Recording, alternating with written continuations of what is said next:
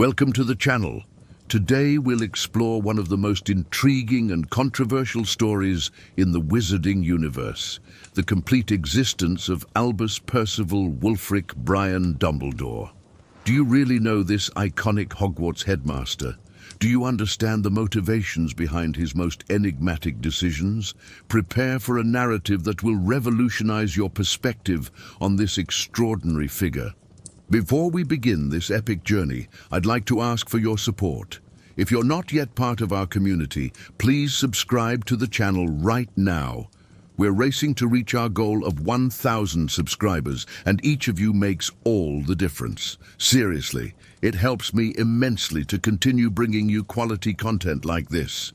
And tell me in the comments, which city are you watching this video from? Oh, and if you enjoy content about the wizarding world, leave a like. It shows YouTube that our videos are worth recommending. Now, prepare yourselves for a saga that will move you, surprise you, and completely transform your understanding of Albus Dumbledore. I guarantee that by the end of this video, you'll understand why Albus Dumbledore is considered one of the most well-crafted characters in modern literature. Our story begins in the summer of 1881, in a charming village called Mold-on-the-Wold. Albus Percival Wulfric Brian Dumbledore was born the eldest son of Percival and Kendra Dumbledore. Percival was a respected wizard who served the Ministry of Magic, recognized for his uprightness and moral principles. Kendra, his mother, was a witch of Muggle origin who had married for true love, something not so common at the time when arranged marriages were still common among traditional wizarding families. The couple would later be blessed with 2 additional children, Aberforth, 2 years younger than Albus, and Ariana, the youngest. For several years, the Dumbledores enjoyed a peaceful and harmonious existence in Mold-on-the-Wold. Albus showed early signs of extraordinary magical abilities. At the age of 3, he was already manipulating objects through levitation with astonishing ease. However, this happiness would be shattered when Albus turned just 6. On a seemingly ordinary day, Ariana was playing in the backyard when she was observed practicing magic by 3 young muggles from the neighborhood. What happened next would forever scar not only Ariana, but the entire Dumbledore family. The 3 boys, terrified and perhaps driven by the cruelty characteristic of children who cannot comprehend the unknown, brutally attacked little Ariana. They certainly caused her physical injuries, but the psychological trauma was even more devastating.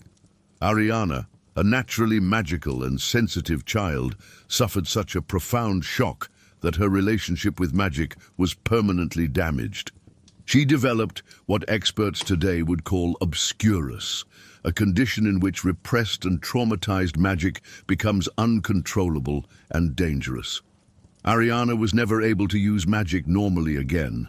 Her powers manifested in violent, unpredictable outbursts that she could not control.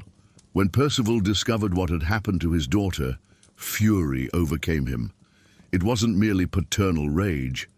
It was the indignation of a man who saw his innocent child being destroyed by prejudice and malice. Percival tracked down the 3 young muggles and attacked them using magic. Here's a crucial detail that many miss. Percival never revealed the true reason for his attack. When he was tried and sentenced to Azkaban, he chose to be seen as a prejudiced, Muggle-hating wizard rather than expose his young daughter's vulnerability and trauma. He was a father protecting his child even at the expense of his own reputation and freedom. Percival was sent to Azkaban, where he would die years later, never to see his family again. The man who had always championed justice was branded a criminal to preserve his daughter's dignity. With Percival incarcerated, Kendra found herself alone, caring for 3 children, one of whom had very specific special needs. The situation in Mold-on-the-Wold became untenable. Neighbors asked questions, people whispered. To the few neighbors they had, Ariana was just a fragile girl who rarely left the house.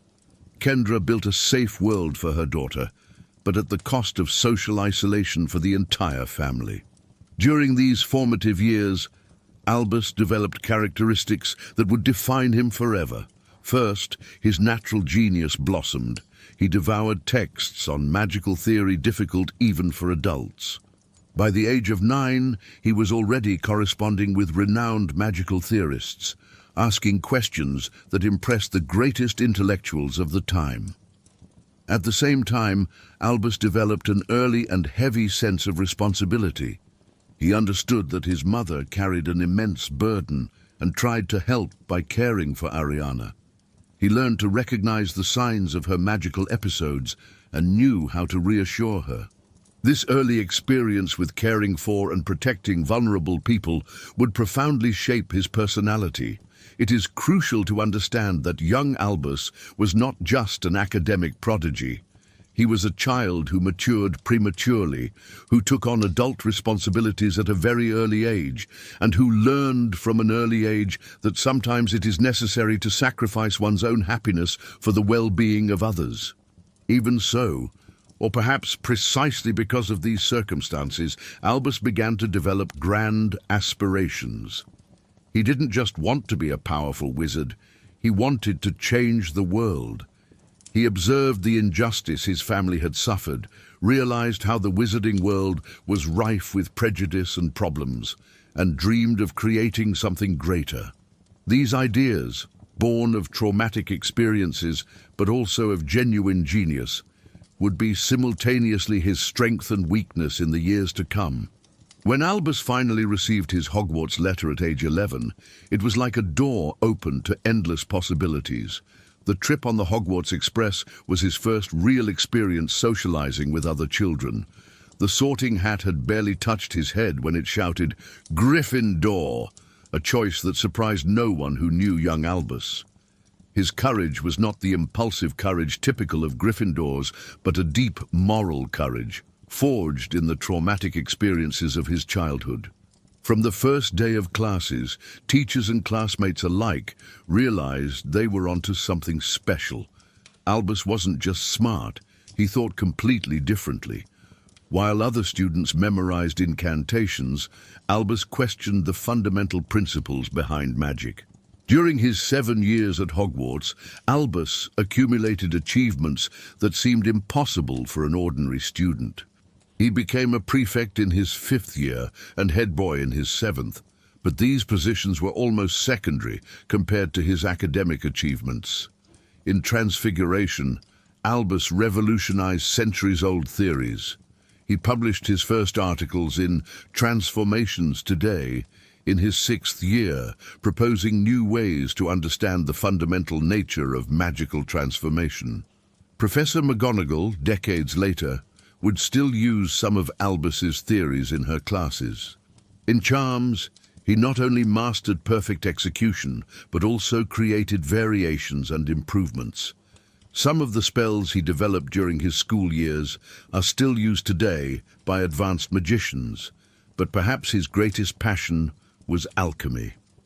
Albus was the last Hogwarts student to study alchemy as an official subject. The subject was discontinued due to lack of interest, and he mastered it to such an extent that he impressed even Nicholas Flamel, the creator of the Philosopher's Stone. Amidst all this academic genius, Albus found a true friend, Elphias Doge. Doge had suffered from dragonpox as a child, a disease that had left his face permanently scarred and made him a target of ridicule from other students. Their friendship was genuine and deep. Doge was undaunted by Albus's superior intelligence, and Albus didn't mind Doge's appearance. They spent hours discussing magical theories, philosophy, and the major issues facing the wizarding world. It was to Doge that Albus voiced his dreams of reforming wizarding society. He spoke of creating a world where people like Ariana wouldn't suffer for being different, where magic could be used for the benefit of all, not just the privileged. As Albus grew older and his genius became more evident, his dreams also became grander. He no longer talked just about gradual reforms.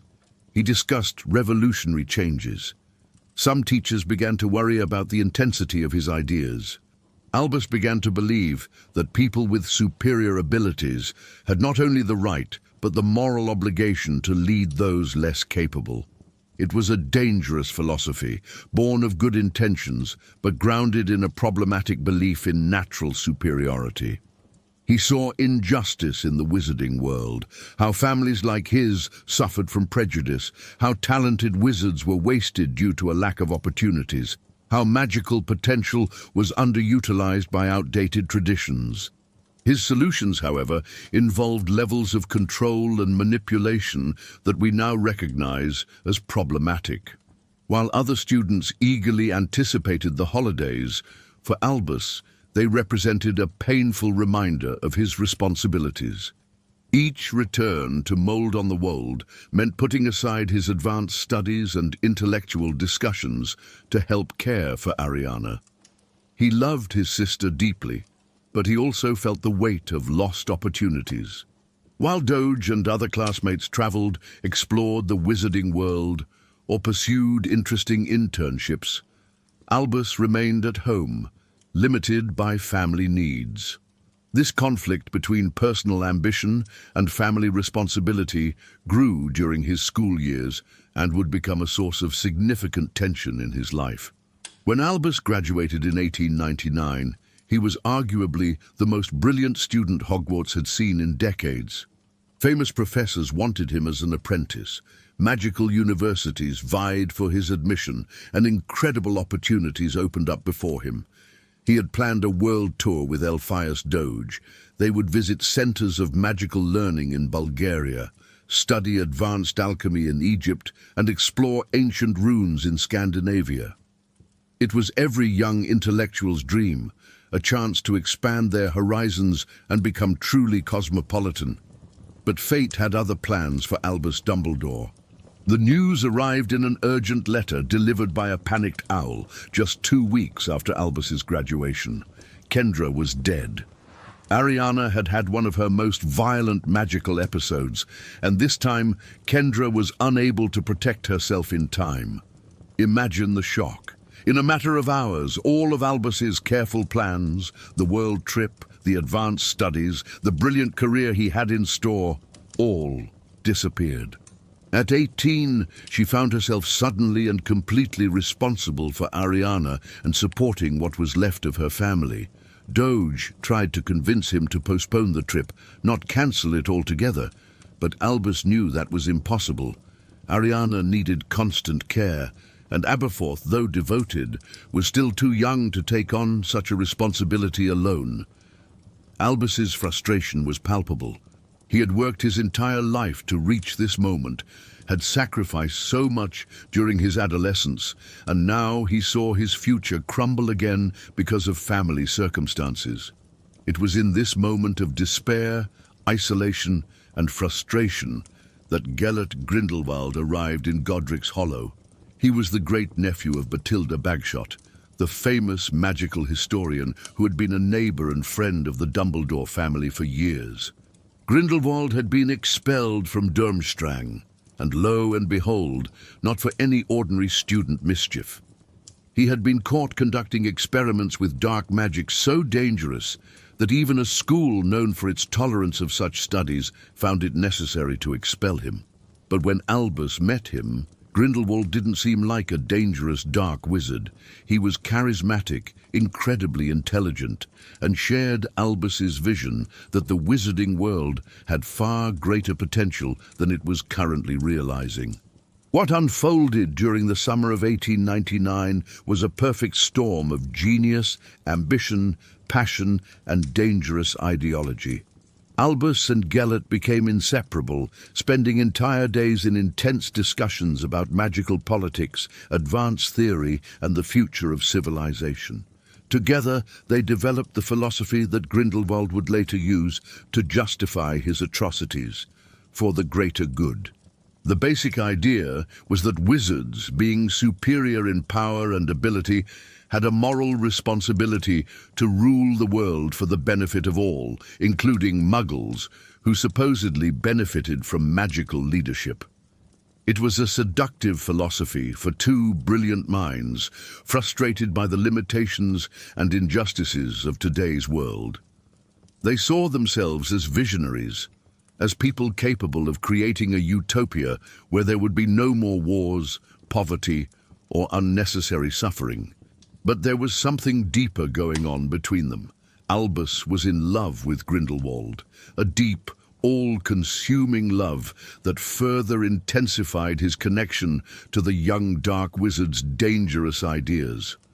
Letters discovered decades later revealed the depth of Albus's feelings. He wrote about their shared dreams, about how he had finally found someone who understood him completely, about how together they could change the world. Grindelwald, for his part, seemed to reciprocate the affection to some extent, but his true love was for power and domination. He used Albus's feelings to strengthen his influence over the young prodigy, without fully understanding the emotional impact he was having. It was also during this period that both became obsessed with the legend of the Deathly Hallows. Grindelwald already possessed the Elder Wand, which he had stolen from the famous wandmaker Gregorovitch. The most powerful wand ever created was in his hands, and this fueled his dreams of world domination. Albus, with his encyclopedic knowledge of magical history, theorized about the whereabouts of the Resurrection Stone and the Invisibility Cloak. The idea of becoming masters of death, of possessing all three relics and theoretically conquering death itself, was irresistible to both. For Albus, there was an additional personal appeal. The Resurrection Stone could, in theory, bring back his dead parents. Imagine the temptation for someone who had lost so much because of family circumstances. As Albus became increasingly lost in grandiose fantasies about Grindelwald, Aberforth watched with growing alarm.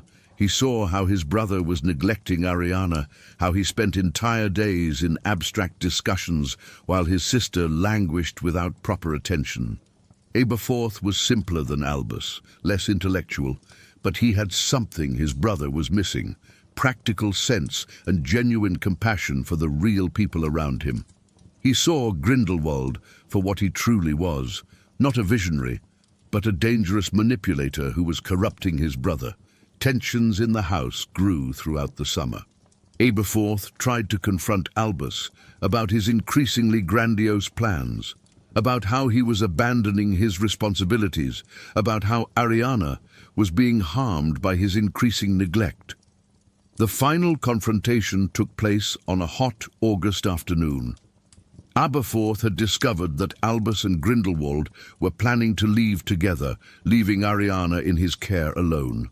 The argument erupted with months-old fury. Aberforth accused Albus of selfishness, of abandoning his family for fantasies of power.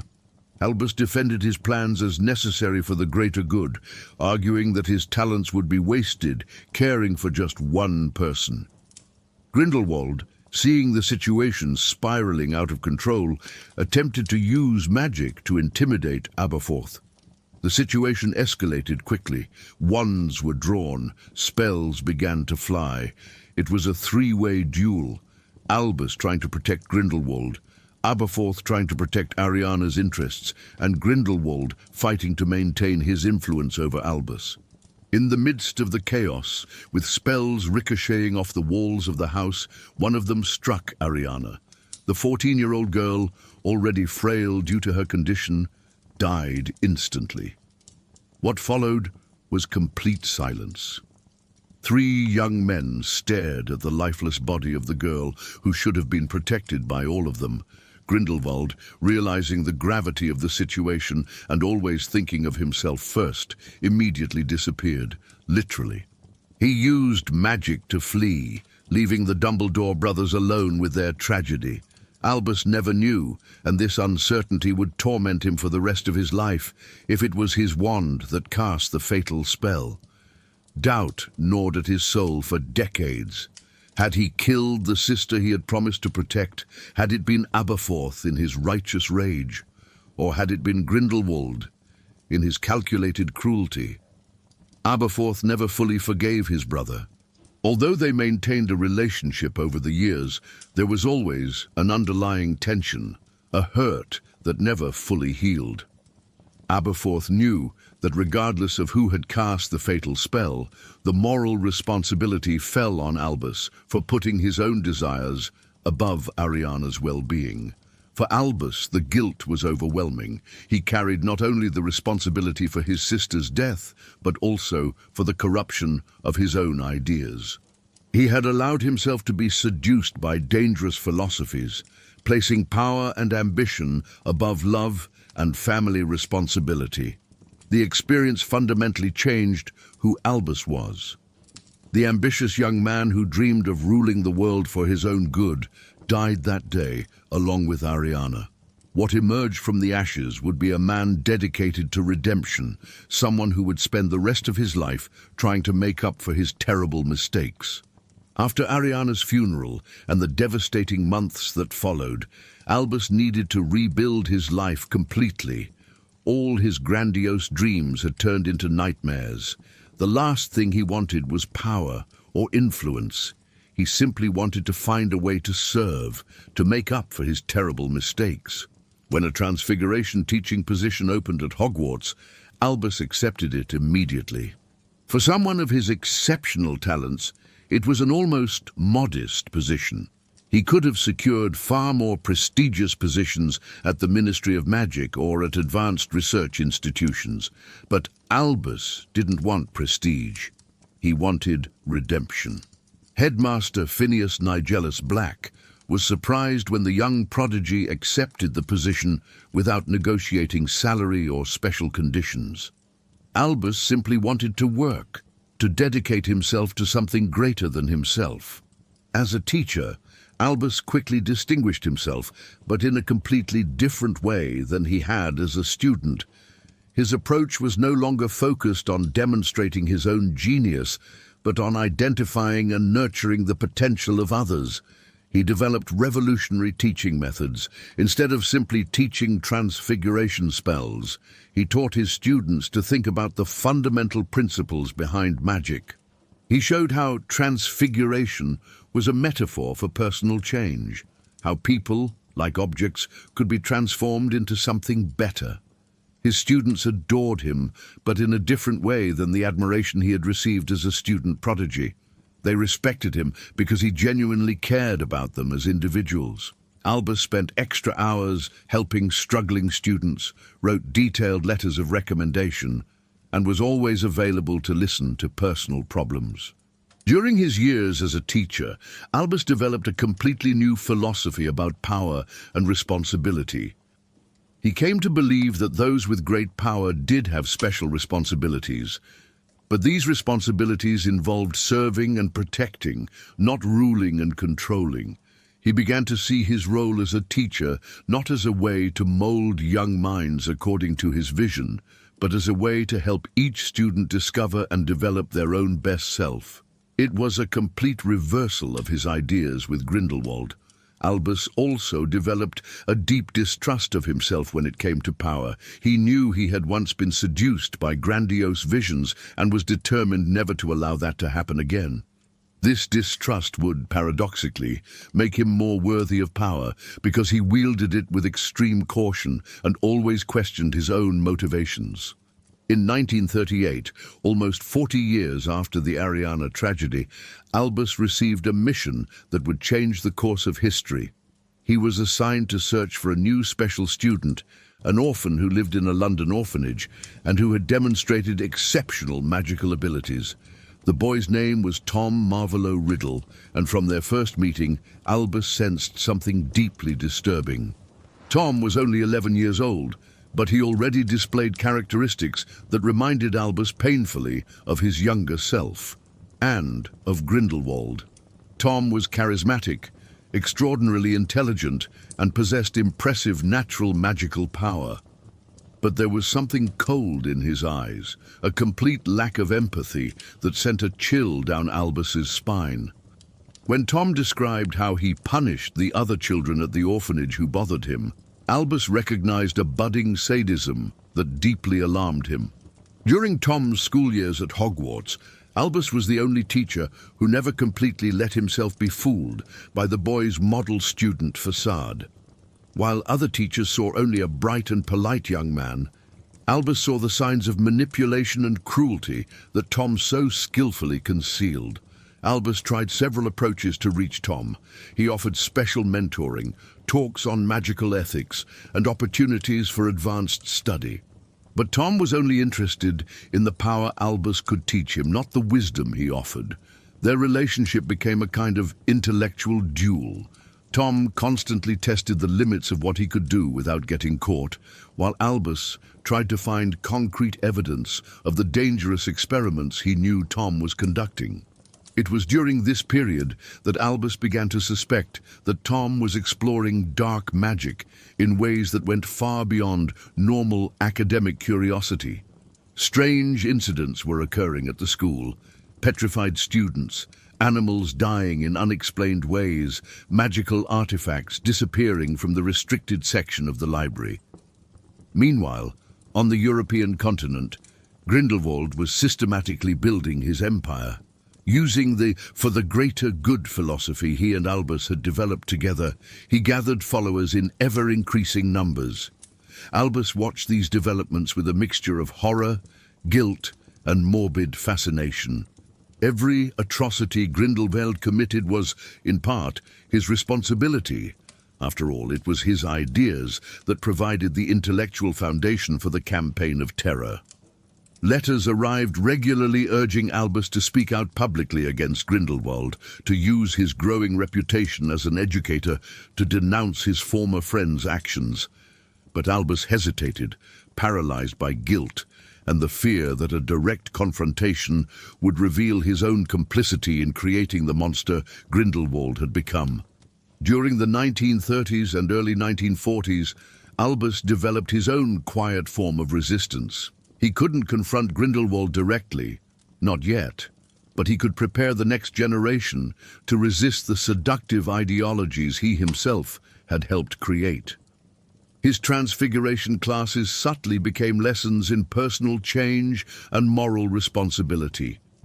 He taught his students that true power came not from the ability to dominate others, but from the ability to dominate oneself.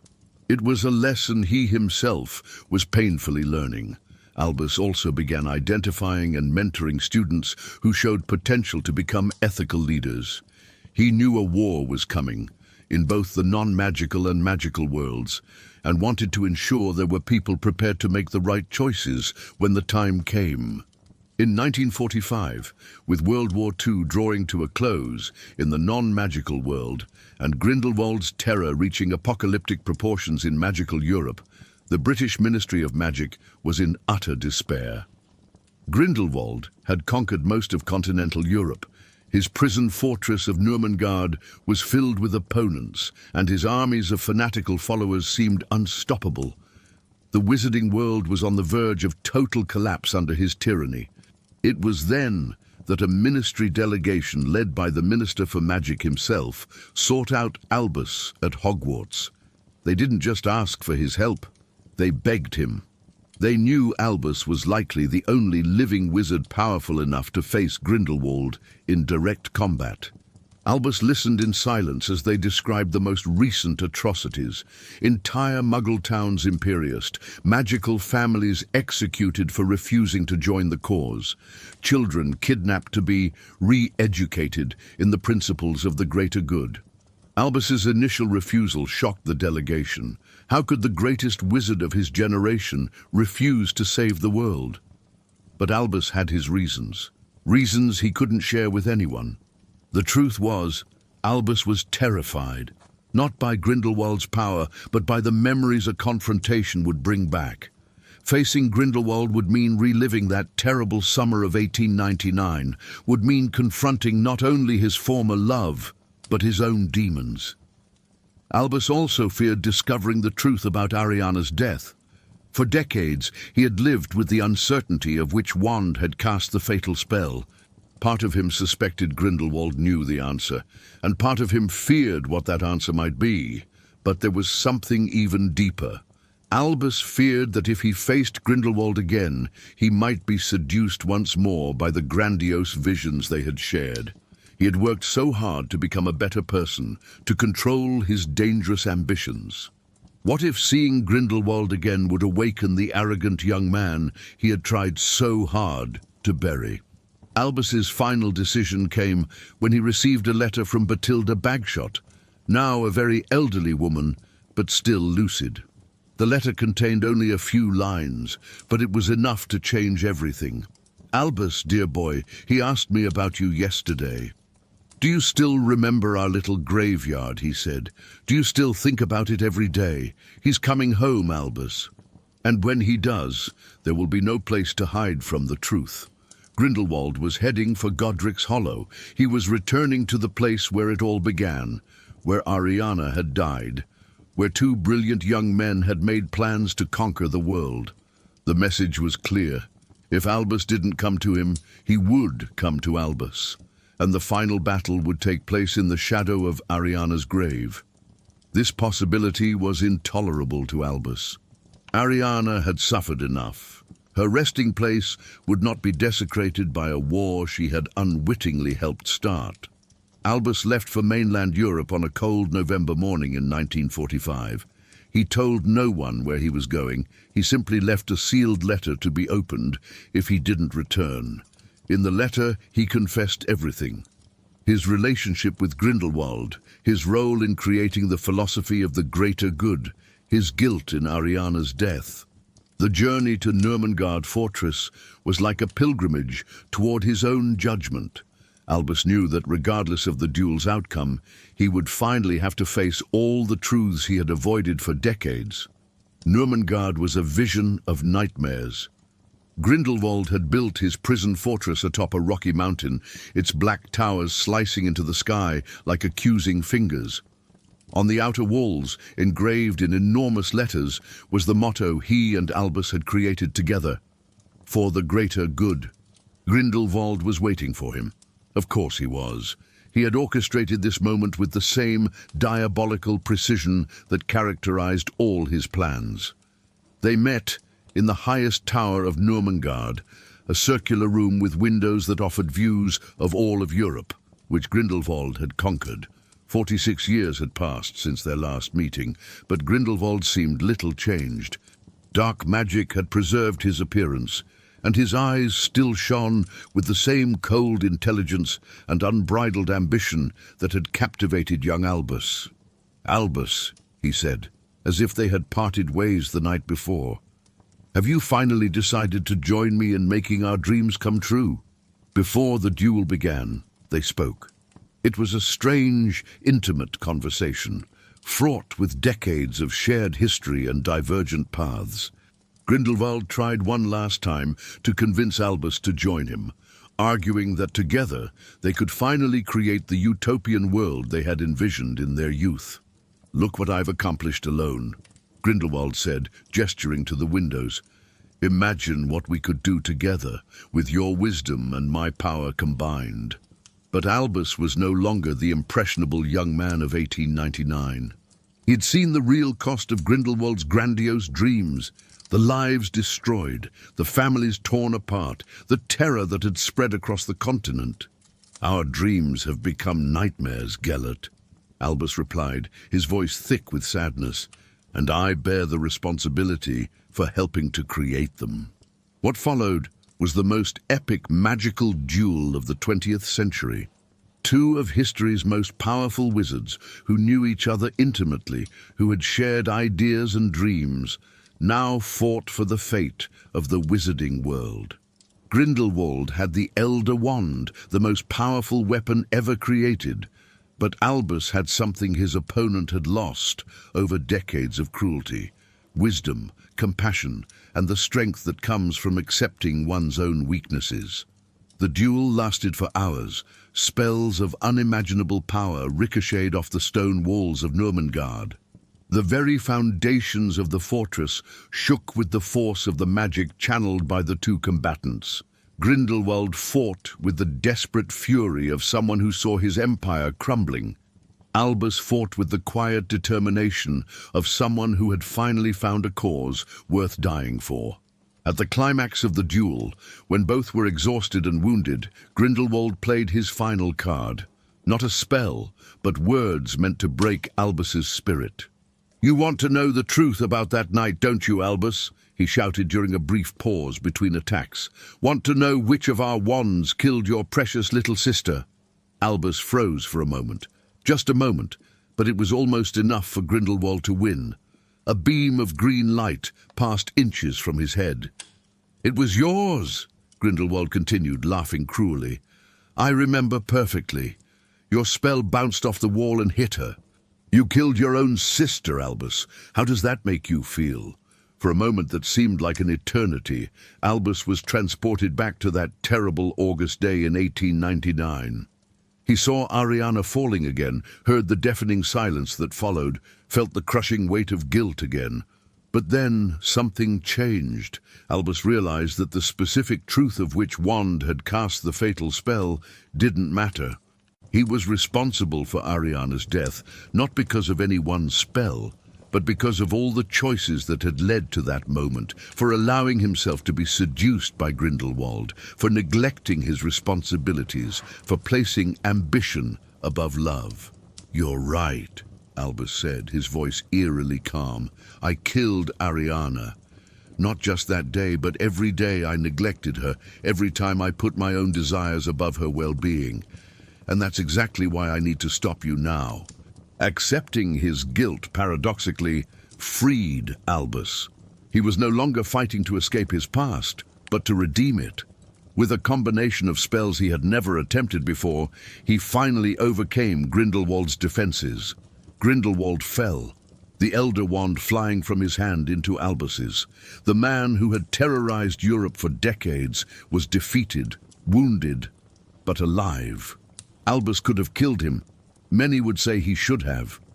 But he chose a different fate. "You will spend the rest of your days here, Gellert," Albus said, staring at the walls of the prison Grindelwald had built for his enemies. "Living with the consequences of your choices, just as I have lived with mine." By becoming the new master of the Elder Wand, Albus inherited not only the most powerful weapon in the wizarding world, but also the constant temptation it represented. Wielding such power was a daily test of his character. Albus resolved never to use his wand for personal gain or to dominate others. Instead, it became an instrument of protection and a constant reminder of how power can corrupt even the best intentions. When he returned to Britain, he was welcomed as a hero. The wizarding world celebrated his victory over Grindelwald, but Albus found little solace in the celebrations. He had saved the world, yes, but at a tremendous personal cost, and he knew he had taken on a responsibility he would carry for the rest of his life. When Armando Dippet announced his retirement in 1956, there was no doubt about who should succeed him. Albus Dumbledore, then 75, was universally recognized as the greatest wizard of his generation. His defeat of Grindelwald had cemented his reputation, but it was his decades as a dedicated teacher that truly qualified him to lead Hogwarts. Albus accepted the position with the same characteristic humility he had shown when becoming a teacher. He knew that being headmaster of Hogwarts wasn't just about running a school. It was about shaping the future of the wizarding world, a responsibility he took extremely seriously. As headmaster, Albus implemented changes that transformed Hogwarts from a traditional institution into a beacon of progress in the wizarding world. His reforms reflected everything he had learned about power, responsibility, and the importance of protecting the vulnerable. He established greater tolerance for diversity among students, creating special programs to support those from non-traditional backgrounds. Muggle-born students, who often felt lost in the magical world, received special mentoring. Children from poor families had access to funds for school supplies. Students with learning disabilities received individualized attention. Most importantly, Albus changed the school's very educational philosophy. Instead of simply teaching spells and potions, Hogwarts, under his leadership, began to emphasize character development.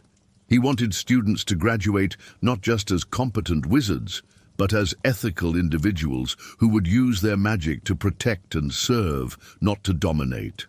One of Headmaster Albus's most defining characteristics was his unwavering belief in the human capacity for change and redemption.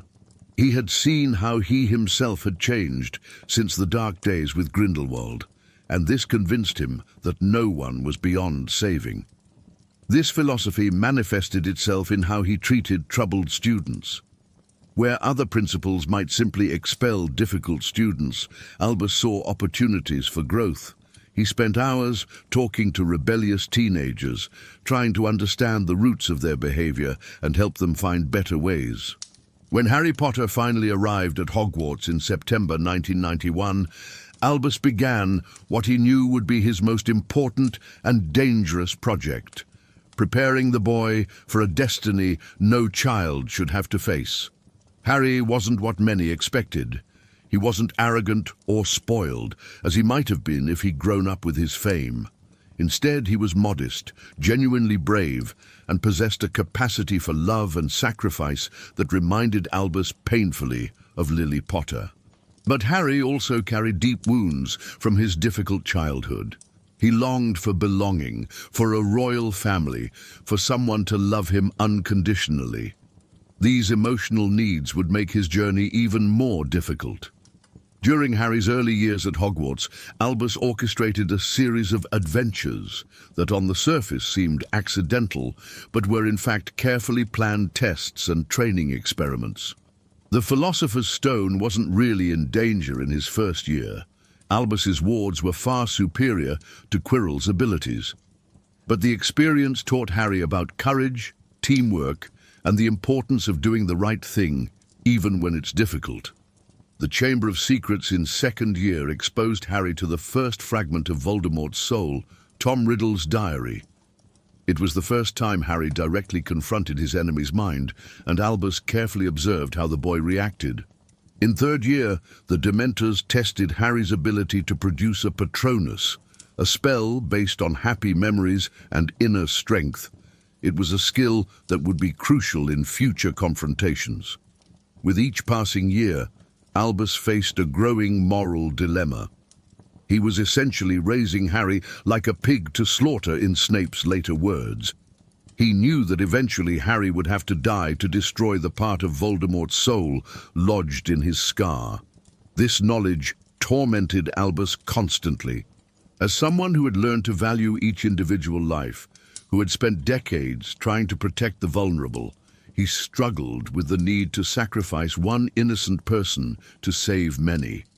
During sleepless nights, Albus wondered if he was becoming like Grindelwald, someone willing to sacrifice lives for the greater good. The difference, he told himself, was that he was willing to sacrifice himself first, and that Harry would have a real choice when the time came. Over the years, he subtly educated Harry about sacrifice, love, and the moral complexities of war. Each adventure, each lesson, prepared the boy to understand that sometimes it is necessary to sacrifice oneself for others. The conversations in his office after each dangerous incident weren't just debriefings, they were therapy and moral education sessions. Albus was trying to build in Harry the inner strength he needed to make the final choice when the time came. Even when he wasn't directly present, Albus kept watch over Harry through a complex network of allies and magical devices. Severus Snape reported any sign of danger. The Order of the Phoenix maintained discreet guards. Magical portraits scattered throughout the castle served as extra eyes and ears. His own magical instruments in his office constantly monitored Harry's health and well-being.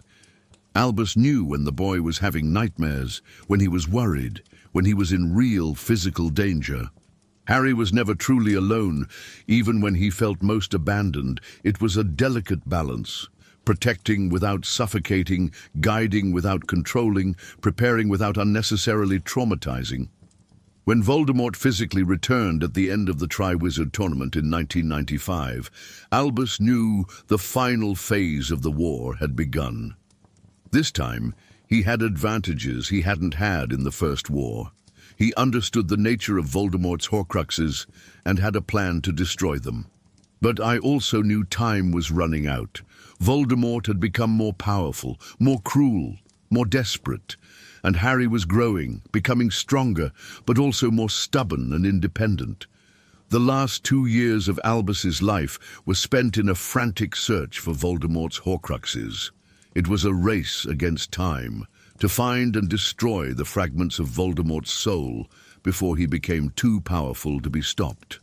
Retrieving Marvolo Gaunt's ring nearly cost Albus his life. The curse on the ring was exquisitely malignant, beginning to destroy his hand and slowly spreading to the rest of his body. Albus knew he had, at most, a year to live, but the ring also confirmed his deepest suspicions.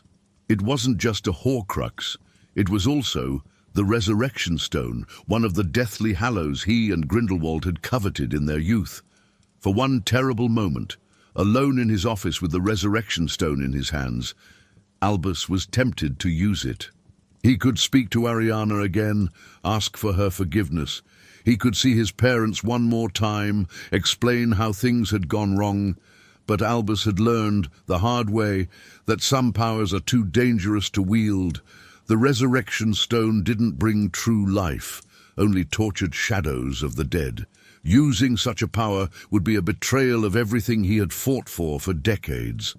During Harry's 6th year, Albus finally began to educate the young man directly about Voldemort and Horcruxes. Using the pensieve, he showed the boy carefully selected memories that revealed Tom Riddle's true nature, not as the monster he had become, but as the young man who had made terrible choices. It was crucial psychological preparation. Harry needed to understand that Voldemort was not an inevitable force of nature, but a man who had chosen the path of darkness. This meant he could be defeated, but also that anyone, including Harry himself, could make similar choices if they weren't careful. Albus knew his death was imminent. The ring's curse was spreading inexorably, and he had perhaps only months left to live. But his death could serve a greater purpose if carefully planned.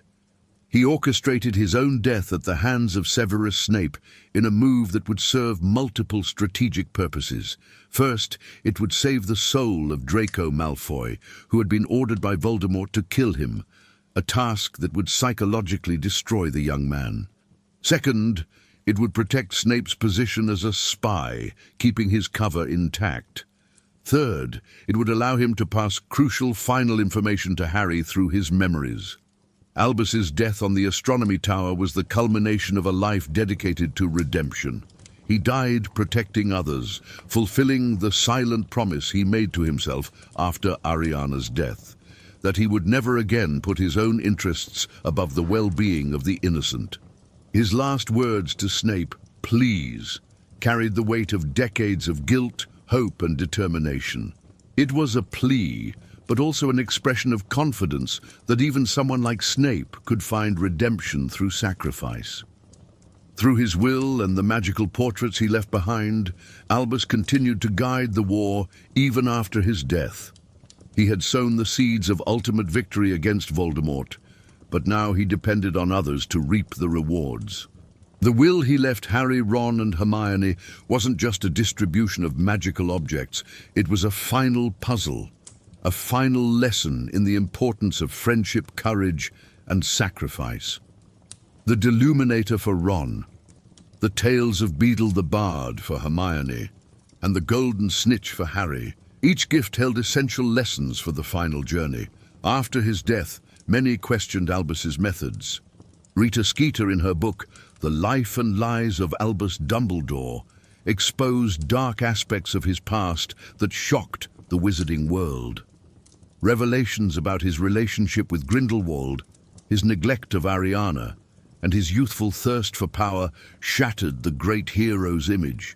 These criticisms were painful, but also necessary. They showed that Albus was not an infallible saint, but a deeply flawed man who had spent his life trying to make up for his mistakes. In a sense, this made his accomplishments all the more impressive. He had become great, not despite his flaws, but because of how he chose to deal with them. For Harry, the revelations about Albus's past were devastating. The man he had seen as a near-perfect father figure turned out to be as complex and flawed as any human being. There were times when Harry questioned whether he could trust anything Albus had told him, but this crisis of faith was also essential to Harry's growth. He needed to learn to make his own moral decisions, to not blindly rely on the authority of others. The final journey to destroy the remaining Horcruxes was as much about Harry finding his own inner strength as it was about defeating Voldemort. Harry's ultimate sacrifice in the Forbidden Forest, where he willingly walked to his death to destroy the Horcrux in his forehead, validated Albus's entire strategy. Harry had learned the lessons Albus had tried to teach, that love is stronger than power, that sometimes it is necessary to sacrifice oneself for others, that death is not the worst fate that can befall a person. Most importantly, Harry had made this choice freely. Albus hadn't forced or manipulated him into this moment. He'd provided the tools and the moral education. But the final decision was entirely Harry's. When Harry survived Voldemort's Avada Kedavra, protected by the same magical principles that had saved his life as a baby, Albus's plan was complete. Voldemort was defeated not by superior strength, but by the self-destructive nature of evil itself. In the limbo between life and death, Harry encountered Albus one last time. He was an idealized version of the old headmaster, but also deeply real, representing everything Albus had tried to be, his hopes, his regrets, his accumulated wisdom. In this final encounter, Albus asked for the forgiveness he had sought all his life, not just from Harry, but from himself. He had finally found peace with his choices, knowing that he had used his second chance at life to protect and serve, not to dominate. Albus Dumbledore was many things throughout his long life: a precocious genius seduced by power, a passionate young man who made terrible choices, a guilt-racked man who spent decades seeking redemption, a dedicated mentor who was sometimes cruel in his calculations, a brilliant strategist who played a long and dangerous game with human lives, a leader who inspired devotion and controversy in equal measure. More than anything else, he was profoundly human.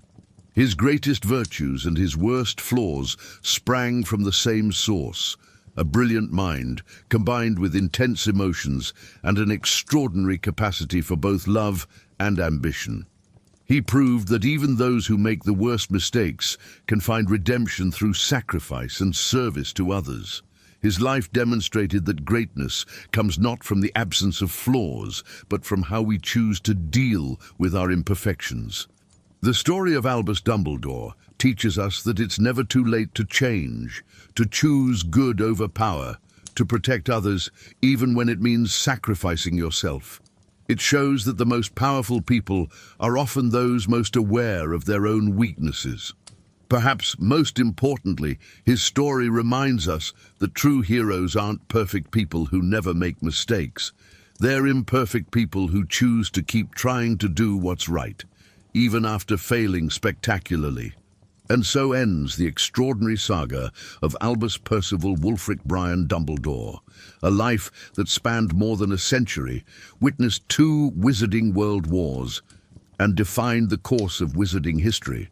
His journey shows us that redemption is possible for anyone, that true love is more powerful than any magic, and that sometimes the wisest people are those who carry the weight of their mistakes most deeply. And so, everyone, we've reached the end of this epic journey through the complete life of Albus Dumbledore. Over 3 hours exploring every aspect of this extraordinary character's existence. I hope you were as moved as I was by retelling this story. Has anything changed in your view of Dumbledore? Do you now have a better understanding of why he made certain decisions that seemed so questionable? Leave your thoughts in the comments. I love reading your thoughts on these complex characters. If you enjoyed this epic content, don't forget to leave a like and subscribe to the channel for more detailed stories from the wizarding world. Until the next magical adventure, everyone. And remember, we are all capable of redemption, just as Albus Dumbledore taught us.